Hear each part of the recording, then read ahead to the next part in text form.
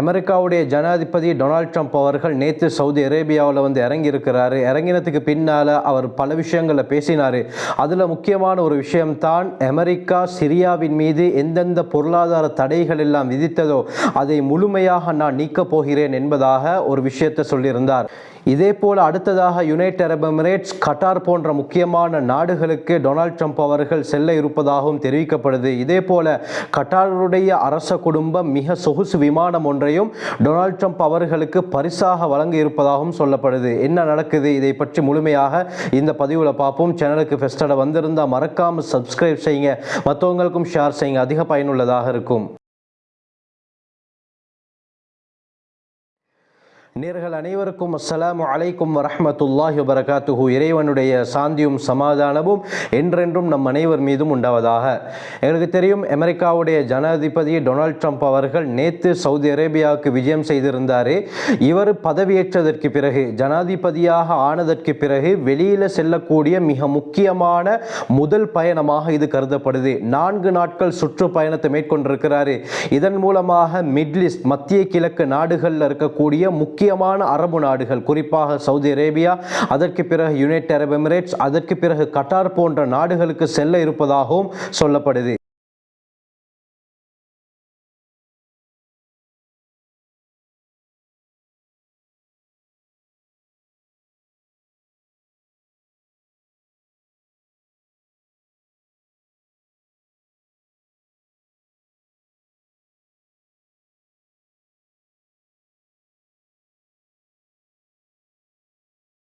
எங்களுக்கு தெரியும், Donald Trump அவர்கள் அமெரிக்காவுடைய 2வது தடவை ஜனாதிபதியாக ஆகியிருக்கிறார். முதல் தடவை ஜனாதிபதியானதற்கு பிறகு அவர் வெளியில் சென்ற முதல் உத்தியோக அரச பயணம் எதுன்னு கேட்டால் சவுதி அரேபியாவுக்கு தான் வந்தார்.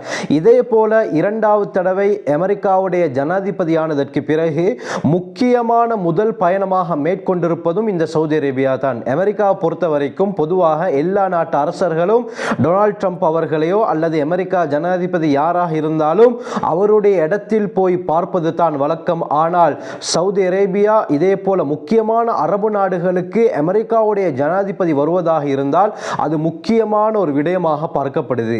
இதே போல தான் டொனால்ட் ட்ரம்ப் அவர்கள் தன்னுடைய முதல் உத்தியோக வெளிநாட்டு பயணமாக சவுதி அரேபியா, இதே போல யுனைடெட் அரப் எமிரேட்ஸ், கட்டாருக்கு போக இருக்கிறார். டொனால்ட் ட்ரம்ப் அவர்கள் அமெரிக்காவிலிருந்து புறப்பட்டதுக்கு பின்னால சவுதி அரேபியாவுடைய அரசாங்கம் என்ன செஞ்சாங்கன்னு சொன்னா, இந்த டொனால்ட் ட்ரம்ப் அவர்களை முழுமையாக பாதுகாக்கணும் என்பதற்காக வேண்டி சவுதி அரேபியாவுடைய இராணுவ விமானங்கள், இதே போல ஜெட்கள் மூலமாக டொனால்ட் ட்ரம்ப் அவர்களுடைய அந்த விமானத்திற்கு பாதுகாப்பு அளிக்கப்பட்டது. இது சம்பந்தமான பல வீடியோக்களை நீங்க பார்த்திருப்பீங்க. அந்த வீடியோக்கள் நீங்க பார்க்கணும்னு சொன்னா என்னுடைய வாட்ஸ்அப் சேனலுடைய லிங்க் நான் கீழே டிஸ்கிரிப்ஷன் பாக்ஸில் தருகிறேன். அந்த என் வாட்ஸ்அப் சேனல்ல நான் இது சம்பந்தமான வீடியோக்கள் அப்லோட் பண்ணுவேன். அங்கே உங்களால் பார்த்து கொள்ள முடியும். இந்த அடிப்படையில் நேற்று டொனால்ட் ட்ரம்ப் அவர்கள் சவுதி அரேபியாவுடைய தலைநகரம் ரியாதுல வந்து இறங்கினாரு.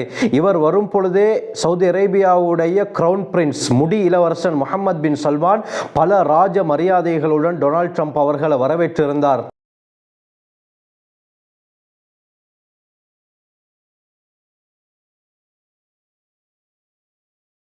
இதே போல சவுதி அரேபியாவுடைய உயர்மட்ட அதிகாரிகள், இதே போல போயிங் நிறுவனத்துடைய அதிகாரிகள், அமேசானுடைய உயர் அதிகாரிகள், இலோன் மஸ்க் உட்பட மதிய விருந்திலும் டொனால்ட் ட்ரம்ப் அவர்கள் கலந்து கொண்டார். டொனால்ட் ட்ரம்ப் அவர்கள் சவுதி அரேபியாவுக்கு வந்ததற்கு முக்கியமான காரணங்கள் என்ன என்று பார்த்தால் 3 முக்கியமான காரணங்கள் சொல்லப்படுது. முதலாவது காரணம் என்னன்னா, பல ட்ரில்லியன் டாலர் பெறுமதியான வர்த்தக ஒப்பந்தங்கள் சவுதி அரேபியாவிலே செய்யப்பட இருப்பதாக சொல்லப்படுது. 2வது காரணம், சவுதி அரேபியாவுக்கும் அமெரிக்காவுக்கும் மத்தியில் இருக்கக்கூடிய அந்த எண்ணெய் வளங்களை மேம்படுத்துவதற்காக வேண்டியும் இந்த பயணம் அமைந்திருப்பதாக சொல்லப்படுது. 3வது காரணம், 2 நாடுகளும் சேர்ந்து பலவிதமான முதலீட்டு திட்டங்களை செய்ய இருப்பதாகவும் சொல்லப்படுது. நேற்று ரியாத்ல பல விஷயங்களை டொனால்ட் ட்ரம்ப் அவர்கள் பேசியிருந்தாரு. அவர் பேசிய விஷயங்கள் மிக முக்கியமாக ஒரு விடயம் கருதப்படுது. அது என்னன்னு சொன்னால், அவர் சொல்லியிருந்தாரு, அமெரிக்கா இதுவரைக்கும் சிரியாவின் மீது என்னென்ன பொருளாதார தடைகள் எல்லாம் விதித்திருந்ததோ அதை முழுமையாக நான் நீக்கப் போகிறேன் என்று சொல்லியிருந்தார்.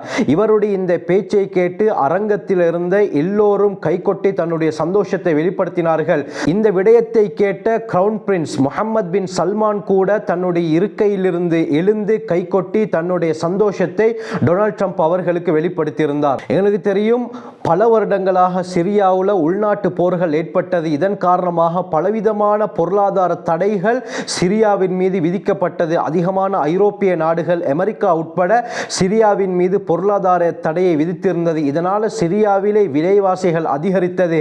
அந்த சிரியாவிலே வாழக்கூடிய மக்கள் கடும் கஷ்டத்துக்கு தள்ளப்பட்டார்கள், பஞ்சத்திலே வாடினார்கள். எந்த அளவுக்கு என்றால் ஆரம்பத்தில் சிரியாவை பல நாடுகள் தன்வசம் ஆக்கிக் கொள்வதற்காக வேண்டி போட்டியிட்டார்கள். முதலாவது உலக மகா யுத்தத்திற்கு பிறகு பிரான்ஸ் சிரியாவை முழுமையாக கைப்பற்றிக் கொண்டது. அதற்கு பிறகு 1944 வருடம் பிரான்சிடம் இருந்து சிரியா விடுதலை பெற்றது.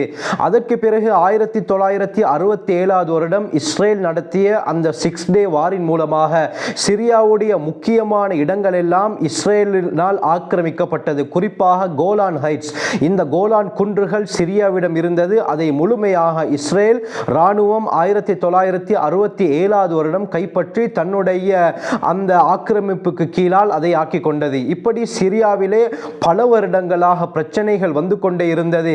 கடந்த 54 வருடங்களாக சிரியாவை ஒரு குடும்ப ஆட்சி தான் ஆக்கிரமித்துக் கொண்டிருந்தது. முஹம்மது பின் பஷாருடைய குடும்பம் தான் 54 வருடங்களாக சிரியாவை ஆட்டி படைத்துக் கொண்டிருந்தது. அதற்கு பிறகு சமீபத்திலே நடந்த அந்த புரட்சிகளை பற்றியெல்லாம் நாங்கள் கேள்விப்பட்டிருக்கிறோம். அதற்கு பிறகு தற்பொழுது சிரியாவிலே ஒரு அமைதி நிலவும் பொழுது தான் டொனால்ட் ட்ரம்ப் அவர்கள் இப்பொழுது இப்படியாப்பட்ட ஒரு அதிரடி கருத்தை வெளியிட்டிருக்கிறார். தற்பொழுது காசாவிலும் போர் நிறுத்தத்தை ஏற்படுத்துமாறு டொனால்ட் ட்ரம்ப் அவர்கள் சொல்லியிருக்கிறார். இதே போல சவுதி அரேபியாவுக்கு வந்து நாங்கள் சிரியாவின் மீது எந்தெந்த பொருளாதார தடைகளை எல்லாம் விதித்திருந்தோமோ அதையும் முழுமையாக நாங்கள் நீக்கப் போகிறோம் என்றும் சொல்லியிருக்கிறார். சவுதி அரேபியாவுக்கு பிறகு யுனைடெட் அரபு எமிரேட்ஸுக்கு டொனால்ட் ட்ரம்ப் அவர்கள் செல்ல இருக்கிறார். அதற்கு பிறகு கட்டாருக்கும் செல்ல இருக்கிறார். டொனால்ட் ட்ரம்ப் அவர்களுடைய வருகையை முன்னிட்டு கட்டார் அரச குடும்பம் மிக சொகுசு விமானம் ஒன்றை டொனால்ட் ட்ரம்ப் அவர்களுக்கு அன்பளிப்பு செய்ய போவதாக சொல்லப்படுது. போட்டோல பார்க்கக்கூடிய இந்த ஜம்போ ஜெட் போயிங் 7478 என்ற மிக உல்லாசமான மிக பிரமாண்டமான ஒரு ஃப்ளைட்டை தான் கட்டார் அரச குடும்பம் டொனால்ட் ட்ரம்ப் அவர்களுக்கு பரிசாக அன்பளிப்பாக கொடுக்க இருப்பதாக சொல்லப்படுது. இதனுடைய பெறுமதி 500 மில்லியன் அமெரிக்கன் டாலர், அதாவது 3400 கோடி.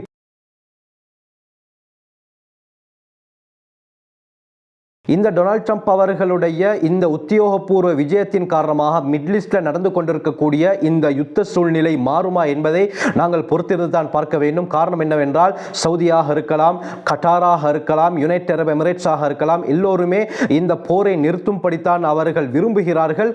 ஆகவே டொனால்ட் ட்ரம்புடன் இது பற்றிய பேச்சுவார்த்தை நடப்பதற்கு அதிக வாய்ப்புகள் இருக்கின்றன. இப்படி பேச்சுவார்த்தைகள் நடந்தால் நிச்சயமாக மத்திய கிழக்கிலே அமைதி நிலவுவதற்கு அதிக வாய்ப்புகள் இருப்பதாக சொல்லப்படுது. எனவே இது போன்ற உலகம் சம்பந்தப்பட்ட பல விடயங்களை நீங்க அறிந்து கொள்ள வேண்டுமா? எங்களுடைய சேனலை சப்ஸ்கிரைப் செய்யுங்க, மற்றவங்களுக்கும் ஷேர் செய்யுங்க, அதிக பயனுள்ளதாக இருக்கும்.